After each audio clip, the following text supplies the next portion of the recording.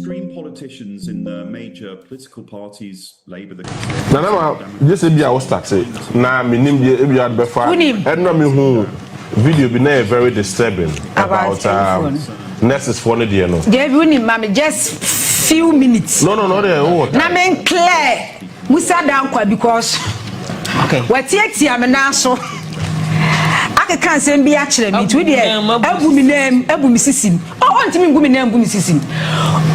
Unim, I didn't say if you have me by, you know. And Crata baby around the mamma says, if you could be the mamma saying me.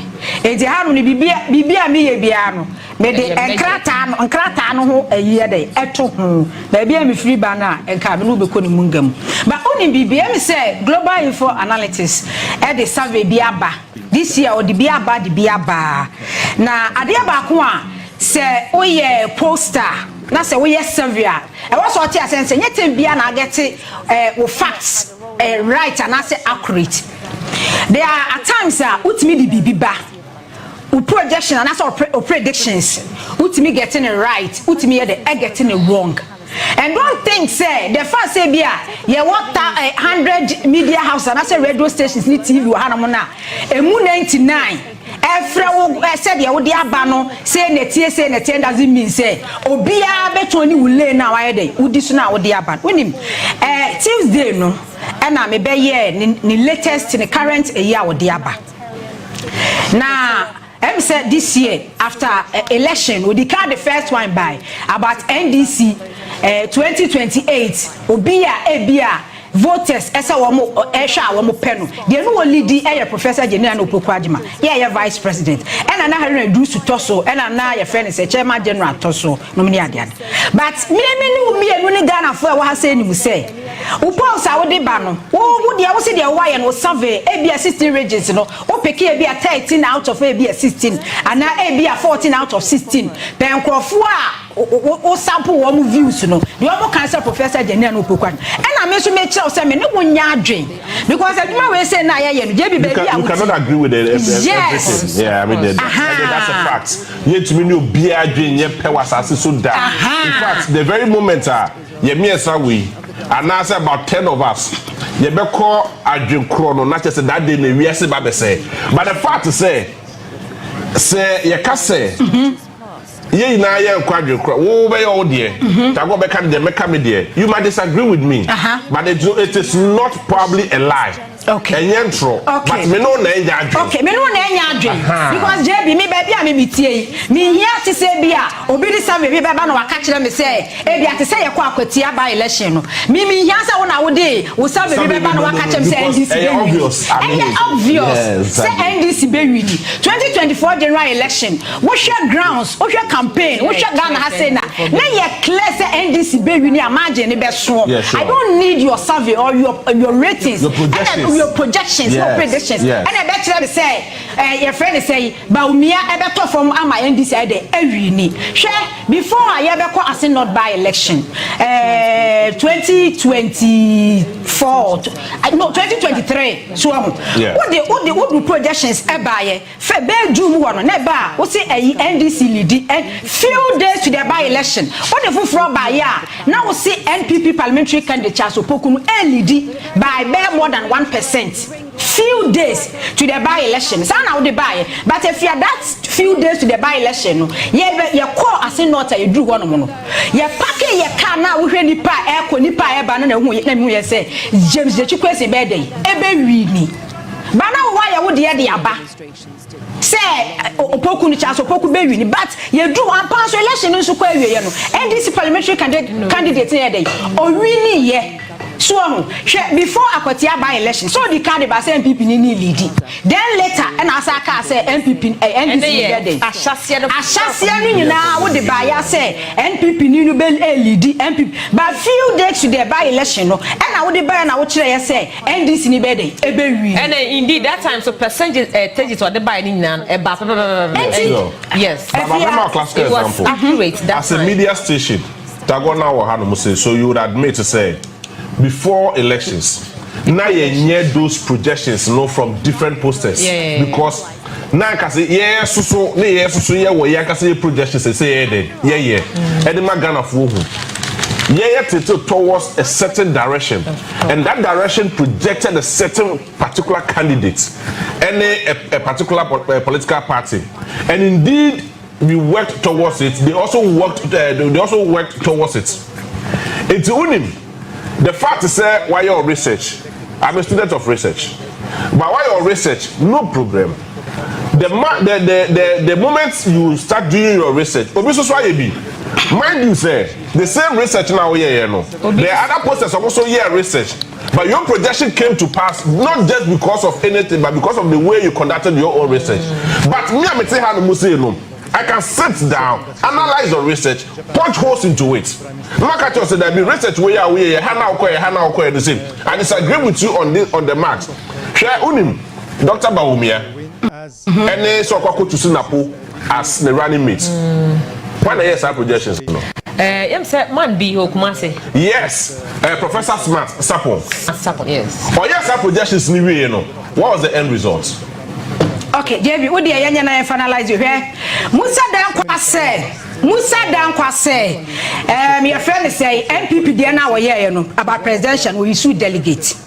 And what they hear about me lady because delegate here MPP use here to about elected Dr. Mahmoud Bawumia same delegate and at this time around omunye changes bia and I was say NDC so the oyisu voters not delegate but adia me person stating the clear Musa Dankwa and say before obi be presidential candidate a delegate me point na me try adia na me person me chiremu Ghana 40 and say a delegate and a presidential candidate aspirant no see a presidential candidate I'm an political party be as the party flag bearer a delegate to say 2023 NDC a presidential premise delegate was around 300,000 and our president Mahamed Nyamu say 290 something thousand so a delegate and I make sure said yes we do man efia say what is here bontia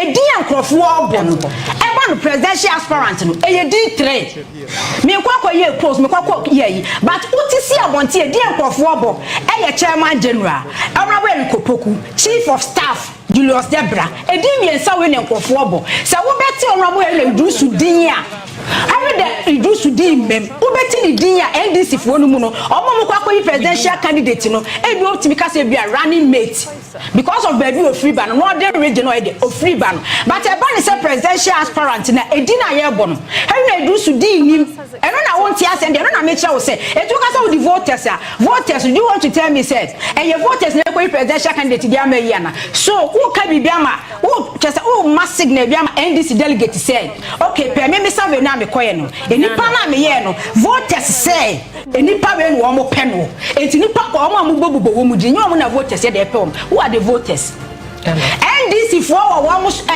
friends say members here almost to about best say 5 million members here almost to about edema almost presidential candidate they no many floating voters side support at the account and so person tell me say a MPP for no so pay Henry Idrisu and I say here for no so pay Henry Idrisu so it's simple say me adia no di adia ba na say radio station TV station be e ka kire wo say NSO possibility say 2028 ye be mu ba Omiya ne Haruna na ye President Mahama coming from the north first time 2012 to 2016 and then 2024 to 2028 in favor of Henry Idrisu and then presidential aspirant din ayebo wo Ghana ha say no and me come your friends Musa Dankwa so to say list ni din a airborne honorable Henry Idrisu din nim and as we can voters man you say and your delegate and your presidential candidate it is NDC delegate ni ka say we no mo pa who are the voters we say Henry Idrisu no mo pe yeah we send this signal e dey ama NDC delegate say voters say na Idrisu no mo mu no mo pe no enye nkofo di abobon enti Musa Dankwa enti on nka tell me say me to North Korea enti enti what the projections ba I say North there even 2024 general elections no there are some constituencies there only projections ba ya say obi be lose ni seat o wi ni ye enti me to North Korea enti so projections a we ba no mu lose no enti so to Afghanistan and answer with Iran yeah sure also because what the be ba yeah saying no, for see NDC parliamentary candidate be lose. But NDC parliamentary candidate win. There are some constituencies. Yes, there are some constituencies. And Ghana Hanoma, who sat down kwa, who the projections eba ya. What just one be lose? The also to Iran. The also Iran survey. Afghanistan. Another Palestinian. Iraq. You can't yet adventure at the seven po. Yeah, sure. Obiara ne hwene o hwini ene amade what here make can you see the what here make wo kra wo ka se hwene na di na make ni nine me ma denkyere ye nto aso afia e wo denkyere wo ne susu me wo be de na Musa dan kwaso wo ne de enti ono de ono ne productions ne ba eno chese wo gitum. What I say? So the research bench just said Jitum said you can calm down. Everyone also what here so the projections next education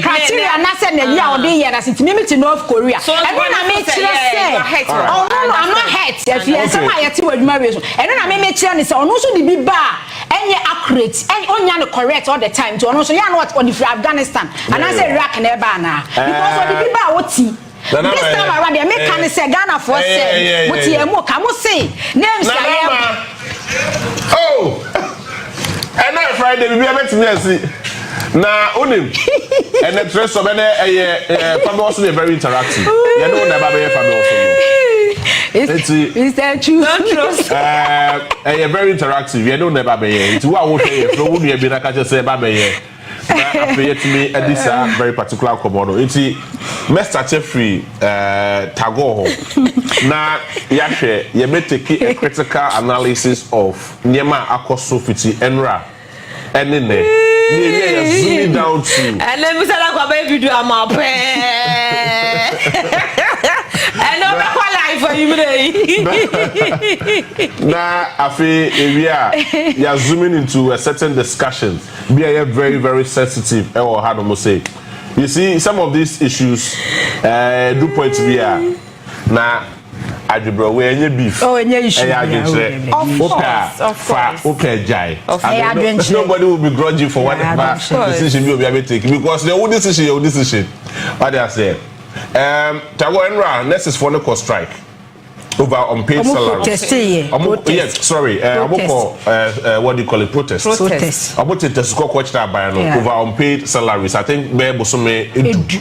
Na Bosume do no. Everything shows to say enya ban win the foul, but it doesn't matter because the most important thing is say you are enrolling into the system and they are working for Ghana.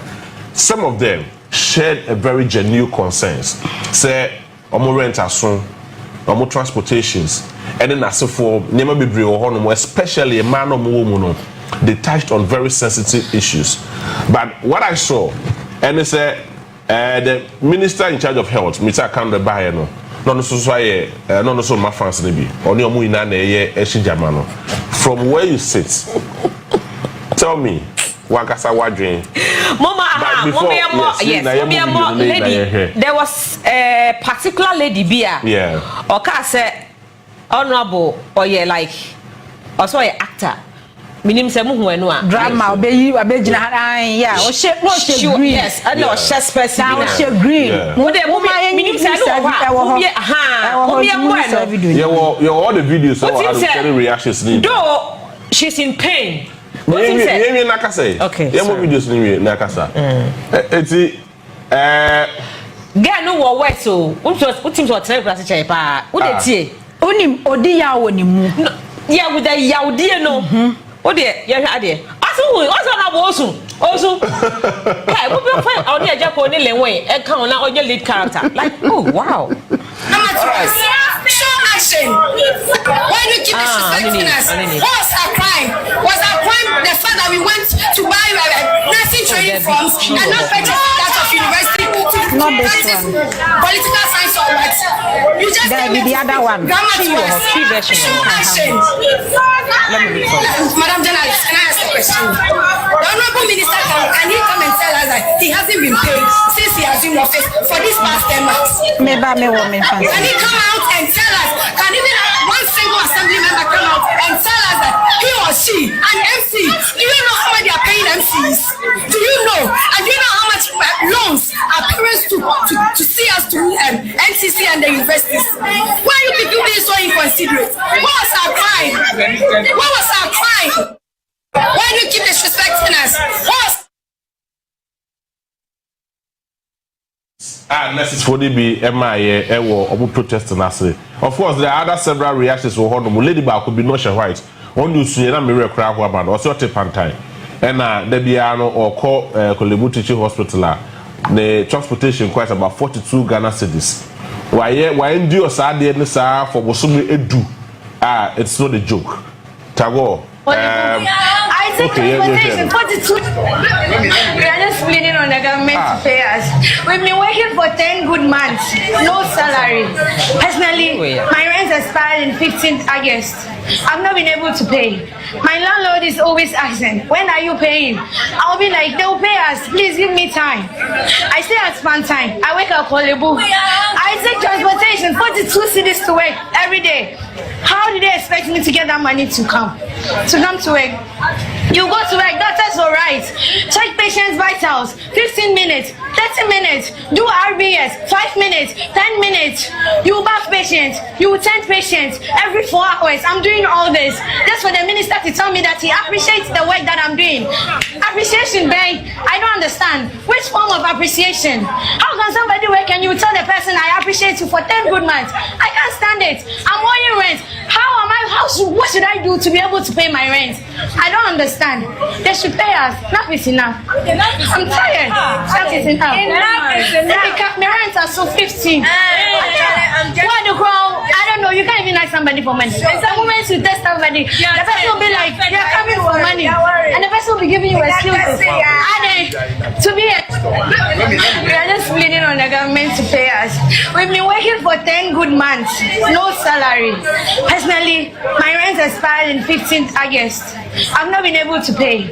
My landlord is always asking, when are you?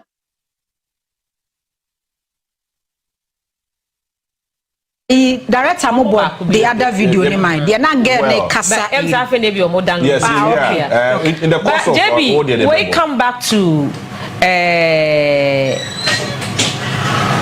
add up to now public account committee. Yeah. Omo issues are near can. Kolebu for eco PMO on what is said, yes, it will be a week about 2 years, next some 2 months. Yeah. So omo validating the pakono, ejini sika. Emma committee chair the friends Abna or day Asari estate say we've seen nurses, we've seen health workers woman nanti o mo salary mu nanti ne be validate ochina say ene say ochina say yenye entwia o mo ka.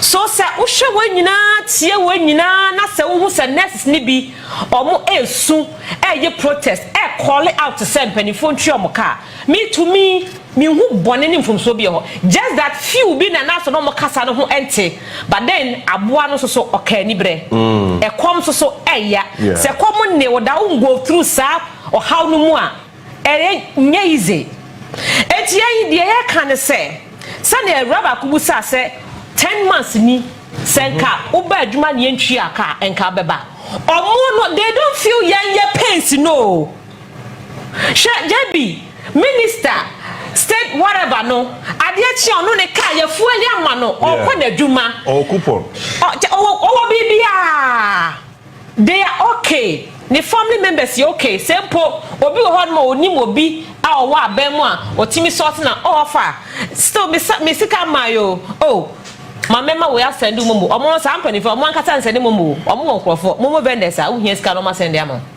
mema we are sending mumu enti they are okay na yen no mu no yen eja ko ma na yen ni bibi di no e na ya na at the end of the day ekotia yen si yetimi twia saman ka 2 years 2 weeks so say 2 months yetimi twia saman ka e di enti no otiasefo yen twimi twia ne ka. When we school, I in the national service, my posting no now young lady, young guys. How do you expect them to survive? How do you expect them to survive. Yes, odumayefo odidi na juma na ketua ano se oye juma na sika no emaya obede no survival. Na mo a motete o mo panifo na ye di mo twetwea apomudi adwuma na no motimi twea 30 months. Na ono come ono nessa sabi adwuma fi no yes ness for bebre for nya papa bebre emu ade ne ho kwade ba but then wo madwuma no so eden I was senka wo mo salary any who kwan so mo go through there or mo go through. Okay. Shesika omoji hwe ye mpani for sika omoji. Next ni sika esen. Ebi kura nyin enru bi abetre for enru. Enti den na hwan na kura ahoma no mu. Hwan na kura mu. Hwan na kura mu. And ye won krofo bo ma jebi before ye be validate you no you have to put something on the table. Yeah. Brown envelope.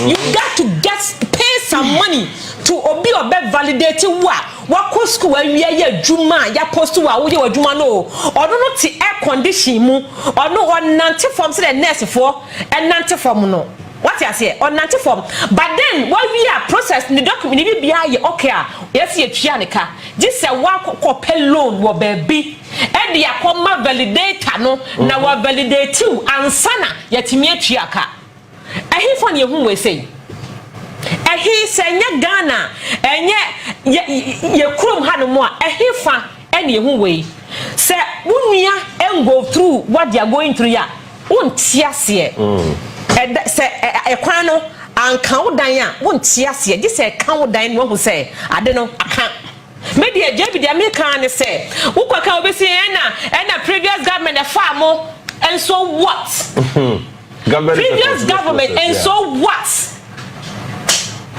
And so what? I'm not getting your point. And for who? Na yempe aban na ekọ ye no yempe wo munti em yesesa ya ye de aban foforo aba. So you work towards niema hodo bebre. Yeah. Na no ada nurse ni a doctor for betwitwa wo mpo aye yem ye nyina ye so witi ama oh I'm with you me ye adwuma mamo ona me ta me na me ko bede na me yare kwa me ntimi nko me ko pharmacy shop ene e mama dro beti me say mo se my slow me say me nko because etinanko da bi me nya say obetimi akọ private hospital one say ya na boarding oh but say Timitu susu. Media general so we ya kwa. I na wo kam na yet said there oh afia. But me patch mami ama video no ntenka ho. Ready there. Mo fa video. But then say ready me patch me ba. Ayi check mami TBB free ho no. Unim say nana ma say me no ti hei. Wo ye made ne ye kasa ye ka ho asema. Ebia ma asema de o. But demeanor ne kwan ne me voice mo kan say the connection and ne sanya mesia ye me ho ne wakasa no enu timi say ma asem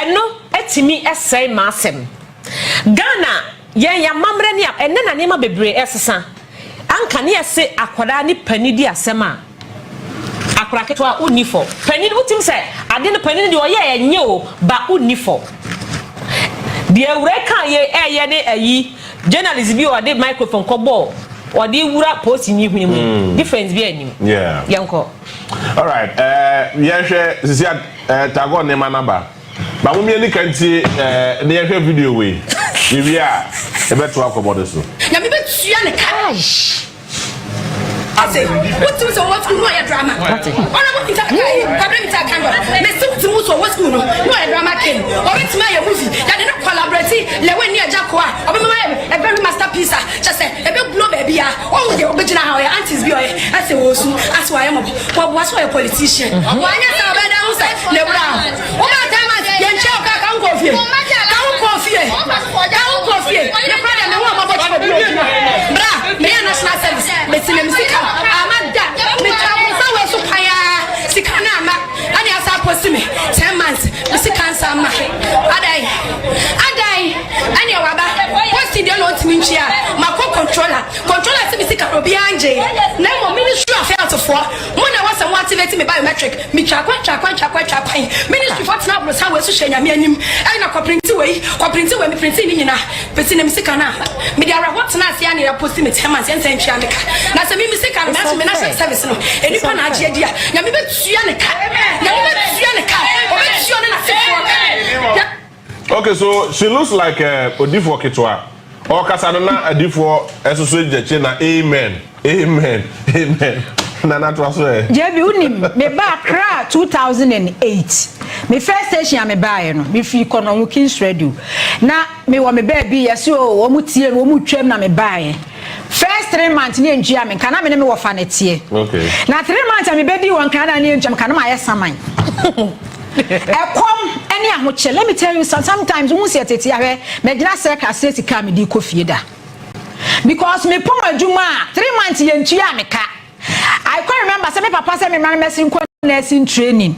Yes, na me ti ha na me bra ye bank manager bi o say me rana bank nkompa bi information me say adwuma we 3 months ni ntua me ka.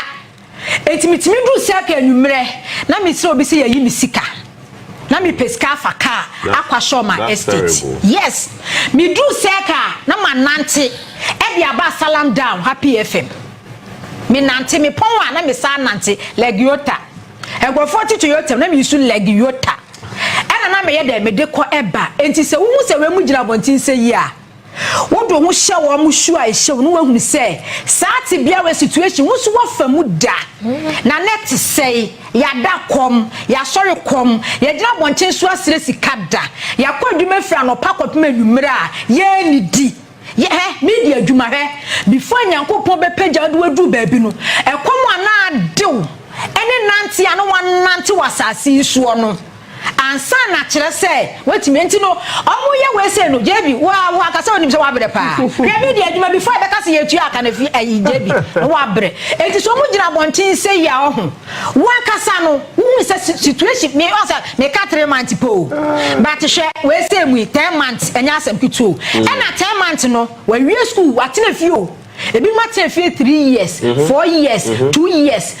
na we no kwa na omunya ya no so kwa ni bebre yes asan so tue sika yeah ebi no mu maame nom ekope abosia because ene abanye dwuma mu ye na asini wo wie na wo ye wo service a na wo te se ye recruitment ya ye the slot ne ma MPs ya the slot no ema MMDCs ya the na omo de ama nkrofo wo ma de 20,000 we na me ya he na edu subaye me te se ayi teachers ye recruitment me wa ha na obi frame from Ashanti region say ya de bia ma obi slot ni bia ma obi anipa no ton 20,000 Ghana cedis. Wow. He na edu so abere ya so ya o no long ago ya omo ye so omo fa nkrofo say 5 me kai we say no so Eighteen when we down was and a 20,000, be 30,000 you. A be the list of 20,000. Ni mammy cope was years candy a politician. Some Bayan ban and Yajuma. I didn't yet to a memu. Now be school. I had a service a year. At a few 1 year, at a few 2 years, at a few 3 years. Now Empo Crano, yes, yeah, Fawa Cranoa. Woman, I say, yeah, Fawamono, was Sanso Quacochesca. University of Health and Allied Sciences for school in Agufie. Yeah, fair daw. Omo ma school in Agufie for fashion omo mama school. It is a movie say school na nkrofo ne aircon muntimi employ omo muntu schools nim. Na obia ponwa obia ewie SS na free senior na onkonko pediatre bi business bi no anya dey. Na onkonko ye because eya rewo sem. So of course when your secondary education ni wie na say various tertiary institutions no se muntimi employ wo mo dia ene muntum because mo se mo di quota ba mo de ye friend say mo restore alawan here mo se mo di quota ba quota mo betimi afa mo betimi atwam alawan kwa people were not paying so they say mo se mo di quota ba enti quota na mo di aba ni nyina still enkofo be wie me say baby be free ba me host two teachers me host two nurses trade ya omo gufie ya chese omo ba no mo kasa omo su ebi no kwa so omo chie 20,000 30,000 ne dia ma politicians e be pim samre ya nya dai Yamfa womo. Yeah. Yamfa womo. Na on my ben ye build ye. And then I keep on saying, where Arabia ni dia eba. Dr. Baumia digitalization. The Adiba ye hook up. What's that? Hook up, JB. During NPP 8 years era no, the unity power Ghana system ye hook up. Me former place baby na me tie me 2 ye unim. Girls best 4. Fine nice girls bio. Omo bebe J, one apartment in Omugum. Adiachi a wo so mo hye nurse for ntade green white bi. What the hell man na the best 12 for no ne kekra kukuru no ma fa wo wo du ani ye na chese omu pia ko be 5 am no my there no ma baba. Wa kwa adwuma.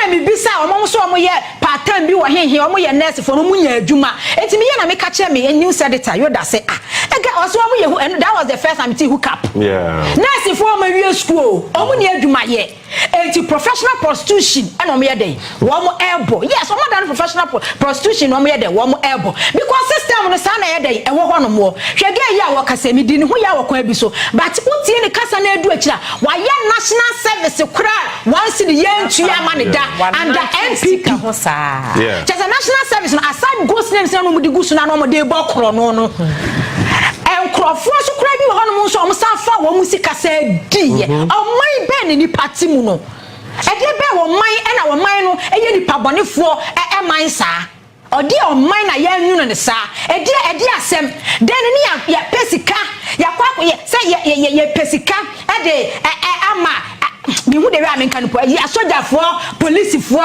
to equip them obi abema wa university wako nursing training awie wako training college awie 2 years 3 years enya kro no obeba akobo oba ya wako school awie ni maame hwebi ni wono ma efie ni bio bosia bo maame tondokono maame topie ota maame yi ni ntuma adekwa akoton obo bosia e dia hwe ne ba ne be na wie school no akoye service full year na politician gift your worry mo batimi afa ni policy kedi aside ghost names ni nyina no masanso abo wo menye ono nkwa o obodos mafa wo mu sikedi no wasati na fie 2 years 3 years wo wo ha no ate se yesi ye ba be ye recruitment na eno ye sa disika no watue sika dia ma politician na politicians ye kase mu media so se ye mu ana se ye nkwasiafo ana se ye de befu amen etu wa de aga ni gina wo na wo ye no na ni na abiri o jebi mi di ni wo ya wo kwa bi wo kasa so ye drama na wo ye you know when mi di ni wo ya but ekomo di no aho kire ya oba be top pad oba be didi enti ememe si ye wo matu egu yesu ani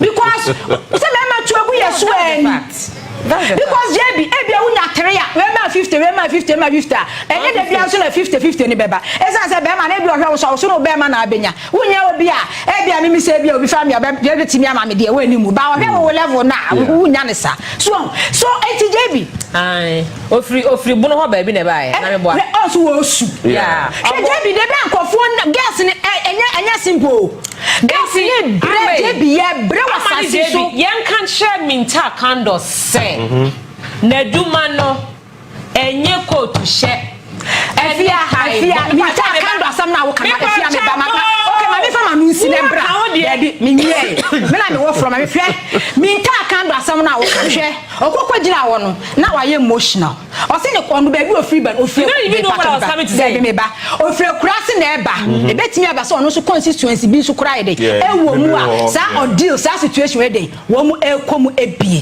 enti wodi ya ye ne ya ena minta candle no enye onu na etua nurses for the eka enti no catch on say e finance minister je bi hwe ma me nkasa mo nchiro this is not the first time nurses system no nye system no airtime enye first time edi 8 months hwe ebidi 1 year 2 years ni yentu omuka wo Ghana ye hu several protests wo Ghana ha say sometimes ko wunya obi kwa ma ni fi we 2022 if you care to know esi wo ha no say fi ha ya captain na host yo mo that time so Saturday Sabe na ye coffee table yi na mu yi so coffee table oh JB enti no this not the first time e bi one may 1 year e bi one may 2 years na wo mu protest na wo mu ko na wo mu eba ye ntua wo mu ka sie but wo kasa for adwini nyansa de eto because what if you 1 year 2 years also yaba ne say omo ma me clearance August ade na obetumi akwa employ wo why employ wo eno na bu minta kan do ko gina ho no mu say wo mu gina che you are lying we don't want any promise so if you say asem na oba be kan enkwasa asem de am be be ye den Yes, me can one so aba because who born abu me ta account time I work asana. As one su ya wo so he was being dramatic here wo kan ya wo gina honumi. Se mo fi say seven kwasasa no ba be ka kire mo dia. Mo ba be ye den because wo kasa nya mo gu akire you are lying. Wo dia ye ntua wo ka you are lying. Enti se mo fi say health minister no on kan ya asasem a na se mo am we say means a wo betimi dia fa so akwakoda mo ka adan na manko. Adan na manko. Oh, Bano, I have been said yes, our food was so check. I won't try. Yes, a Casadema Banco. What the common brain is, Swany Becker can pass someone can want to swap. And that's what I can't pass some attacking minister. We now Saka Usika. Where they were gay, free social media, maybe I be a oh, yeah. 1 year now, 1 year, I am Chiao and come to me off a phone under MPP. Act now with them. And as I will minister now, so can I ban. I yakko life, I video the actual. So I service 1 year, I call for you, we are about we be when ye be da when a drum when colleagues are by minister what the more about to say minister come the we moba what say the minister no kasa work kan kwase asem ye sini no wo ba be ye na promises no he is lying on Kenya's asem yeah that's true and I just be boa yeah that's true me that say quick one 1 minute na me 1 minute me for hwem na ye nko the other topic okay nko ye JB, me so me can Kusi say. What can you? Yes, I'm no. Me so me can Kusi say. Before me sa call me ta can the hono kra no any ministry no so no. Medical catch nurse for say some hu. Yeah. Me support say abani twia mo call. But some who say and central for yeah powerful.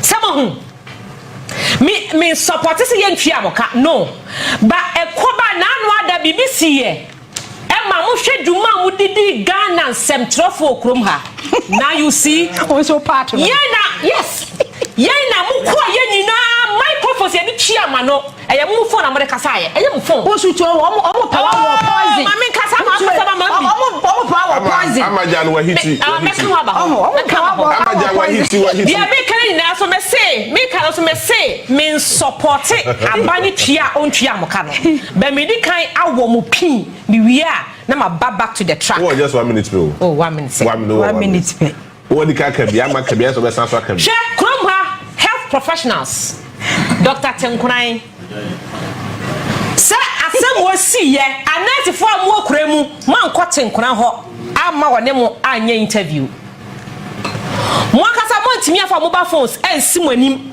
anye ayi antics I don't say that be ayi minta kando ya dramatic or ya antics de be so ho ayi media for yai ena masa ba ye ho a ye ka mo se mama mo enti se mo din sem hunu mo bi din sem hunu na ye ka allow us to talk about it because your duma no is equally important. Yeah. Do you feel me? Yeah, but yeah, colleagues be so across 5 months in the entry. But all any bra ya come with the mama. Jeremy Bois. Yeah, me. There are some media houses to be on. Your colleagues be with media 5 months in the entry. Me casa bo fa jantwa. Wo Jamaica. On me dan the casa to be. Me dan the casa to be. But finally, yeah. What let me no, I am here. Sir, issue never no. Sir, minta kando issues never no. Need ya me ankasa personally me go through ha no. Me trans din ya me ya. No, me come asem. If you are need wrap you up, mommy. Why? Oh, for paro newsroom. Say next for asem basenya. Onu otimi ka se me next for them come asem. To the story command across na me interview kra me nyo. Me nka adan ya o se anati for omu who call hospital omu show ye they don't respect people other things but omu issues they come back to us they come asem near their mom enti me dey me say they akoye no say ye be kan mamo nipa de oye adwuma e wo se atwiaka ye ra minta candle aban dada no enyanti ene sesan ya ye de tumi amamo na no public accounts kon mesa ko hobiem abron say catch them say Ministry of Health you have to sit up within the time when you have to sit up Mr. Kando you got sit up because somebody me validation etia ghost names sa obi ewu na mutua de car at atiase force didi a eye because they are still working. They are still in the service. Sure. And money excuses. Finance minister and not in your one links no. So what bemo I see my position our bemo who link me boy. Oh what we are but minister no communicate please I'm your hosting please clearance ni baby starting you are hosting you won't pay Debbie you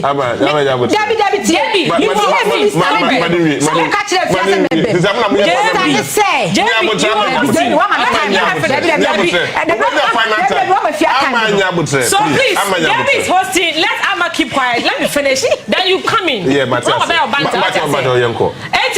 next 30 seconds okay anyone when Debbie when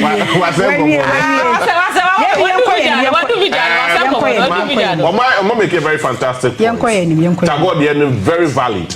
Nana Madiane very valid. But the Yanka who said backlog no. NDC time they started way back. And another Danko Kufu by over twice. And no man necessary for bits na fee. Me come day won. I mean no case necessary for be that suit fee come day won. Ye young post won. More than 3 years necessary for me that should be face to say ye young for one adwuma.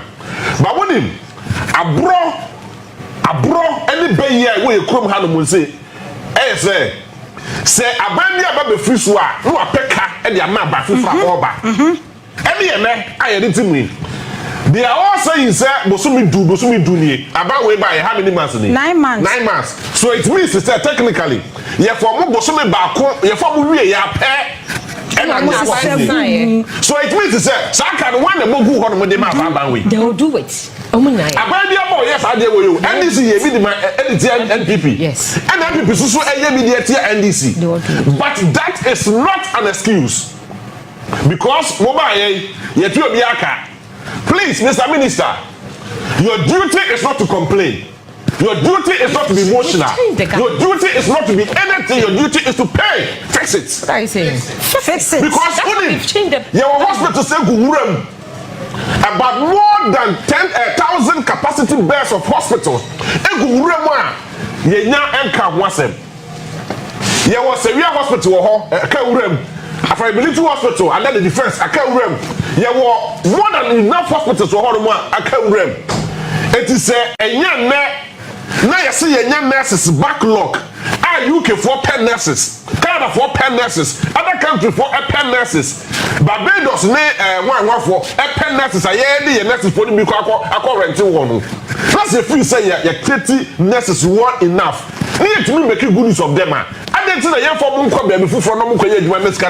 So you come and tell me say just because of the fact to say nurses for eco protest and that's what we say you want to tell me say BBI okay no backlog na mo creating their two on mono se mo feel say want me employ these necessary na say you say maybe you do necessary enough mo close to all the nursing schools in Ghana ha Nano, you made a very valid point. Nano teacher phobia. I was saying the Western of Onomo. I must say, I'm a Western Regional Education Director. And they list the bill say what for what you man. I'm Bakubia 9,000 Ghana cedis. Oh, I'm gonna get 9,000 Ghana cedis. We start this on the platform. Captain the hostess our ladies know. 9,000 Ghana cedis. And you know what happened? I'm going to show you not letter, no appointment letter, no fake. No more for 1 good year. So imagine 9,000 cedis per each teacher. And no more than 500. We catch that education director and say, what's not near for more than 3 years in it, but I saw to what then you go to the education ministry, they will tell you, say, why not due diligence? And I come from in the message if I go due diligence. Because out of frustration, I am working with Peduma Naye. Yes, I want to tell you, Yako school, Yako dear. And you himself, deficits are hormone. So you want to fill the gap. Yes, sir, you provide services and or minor. Now you come by this is what you want to tell us. Now you Jimmy at the Mudia. ye jimi ademude wie ya o ka che ni papa no jimi ademude ne se o kwatena se ne hwehwe ne nsemu ye ntimi anche no antimi anya me hwe ama sisi ame no ka say those teachers are sitting somewhere and me come da so de wo emma wo omo ko rente dan a omo nya ntua kanti efiro na sisi omo ne ma efiro na sisi omo ne ma because efiro na mpne emma wo sisa omo ne ma efrim abra wo de ne ka because wo kwa wo ma biem the same applies to the nurses. I am not sure say we must any be a nurse ni and not a teacher ni and provide any essential service be at the Ghana. Obeshan manako through that situation way. Na na kana na ma a nurse ni a yen twa de ka bosume enkono and say bosume do. No sorry no petututu. No akọ the boyfriend no afre no. Jamie and then you munye no man be 20 Ghana cedis or 50 Ghana cedis. You expect so yeah prostitution ameye enshome. And you see oh you about hopping from one man to the other. How much money are you giving to these innocent people? Now do no more meter candle please with all due respect to you. Please just do the needful. Go and look for money and fix it. You are not interested in the drama. The Sikani one more. More Kasabunim. Health Ministry Honomo. And then more in the last 9 months. They can't see point to details. We know. And then let's say you want to get a person that qualifies. Go and look for money and fix the situation. Now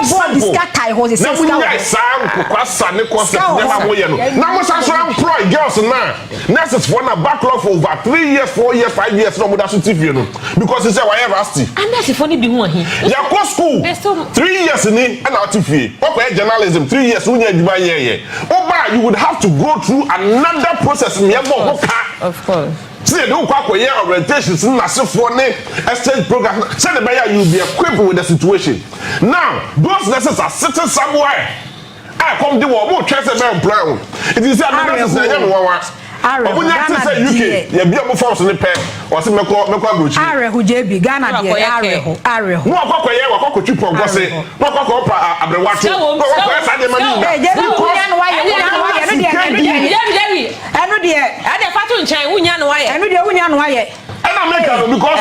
please it is equally see say unko UK mo currency no say all the peg here na difference room e so che here no but don't share the standard of living now on no more go china ko share standard of living and the cost of living now on no more you will spend almost all the money over there no take your time take your time over the number of hours I dey do on no more now share musika obenya na yes on the compare with there na difference room but don't share the cost of living the standard of living that will be man sure Tago, that's all you do. How to say now? Who towa? Okokra no. Home sweet home. Okokra no so come on it because you have seen some of them outside destitutes. I have been more personal comparable bukro, but omunya sakwenya no. Because you see, a difference say okwa goche na djuma ne da horo na akwakoye. Na difference afei na akwakopa djuma. Mind you say school na nko no ha no say no ko UK wa hwe obesa akwa na school. Akwa certificate for say o de kwa kwachira de wo ho no na so de kwa koye nurse wo ho no. It doesn't automatically work like that. But here in our country, you see there was certain system called backlog. As I for the Omako school awie, they start by the flower, banning to me flower because almost I have full. Meanwhile, there were hospitals in the bush. Peter Kando, with all due respect, go and fix it. Such cheap compounds, clinics, I would want polyclinics, I would want nurses, nurses for one cohonomo. No nurses for honomo, near say, yet me for one a juma. Kakasu so ye fa also so a ye timi so hwe wo na ye timi create system bia ye pebro for dia man tie say ye backlog wo hono mo and ye wo arrest na so for hono mo it is demeaning, it's so annoying. It is a mess in the kasa. She speaks out of pain and out of whatever because one unim so one make sure sir sale man kitin way oba resolve the year take away politics. But you know somebody here politics because make say nyam na mo fa won adwuma nti e den ya mbehwe mo nkofo first but hey let me tell you the reason why we brought you people to power say abanda da no abon enti mo me de nye ne ye wo mat me fix the situation no enti wo buy don't come and give Ghanaians excuses be ye ne ye take politics away from the whole equation not solve the issue because they are equally Ghanaians okay omo na to abade ma omo na to abade ma ye na na to abade ma say mo mra me ye to abade ma Drabani Mahama any various MPs ya to about farm ma say mo mra me complaining no yet to abide my situation. No. So much as Mutumi ya. The Sunday and people are calling on the head of St. George is on penny bed in on resigning. No. If you think you cannot do the job, please, with all due respect, your ministers you are much because of movies of Mutumi yet. You can equally do the same thing just to save your reputation. Simple. Because we are taking away NDC, LPP, CPP away from the whole equation. You're dealing with the matter.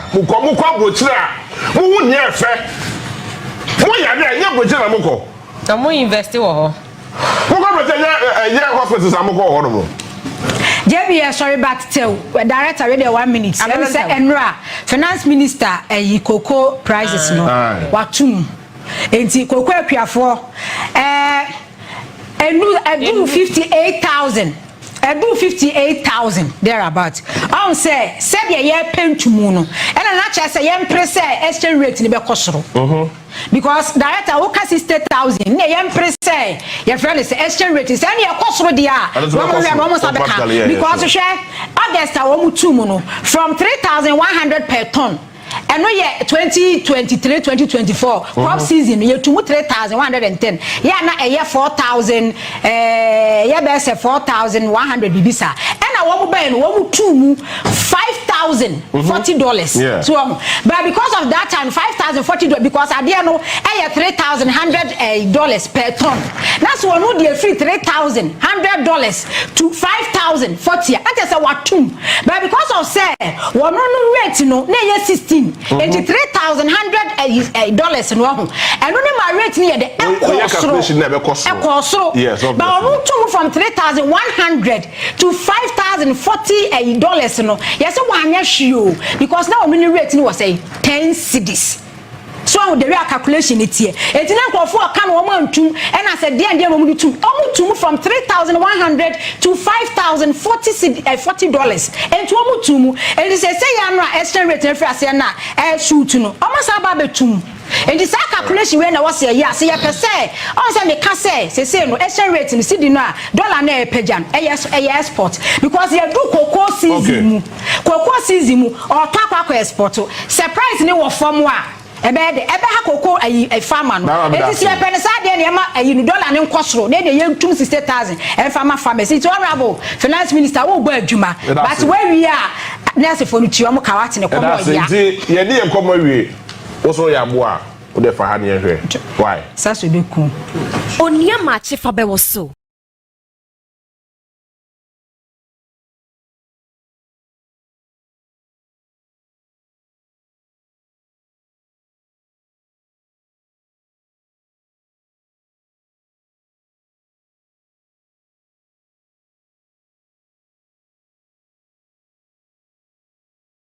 ohwe ni mu kan e de ma no a kire se tutu anam fafa ha na wona ma mpembo utie ne ko ade a wonan empembo ntene e manage se e be san so introduce me papa papa Francis Amuakon Ata oda the Laws Parliament Chapel oye D4 kese pa Nyame enam no so actually enema bebre Nyame enam no so I bless you in so many ways ene odi yansasem e de brain and I call it the voice of wisdom and this is the man I am talking about Papa Akwaba you aboko there and obadi ase Papa before say we best start no say nanka hawa keja we shira mi ansa na wa start bibia na o man ya so den na watwumuni na ye try ye bompa ya e rabeka weekends I say ya na birthday na ya I love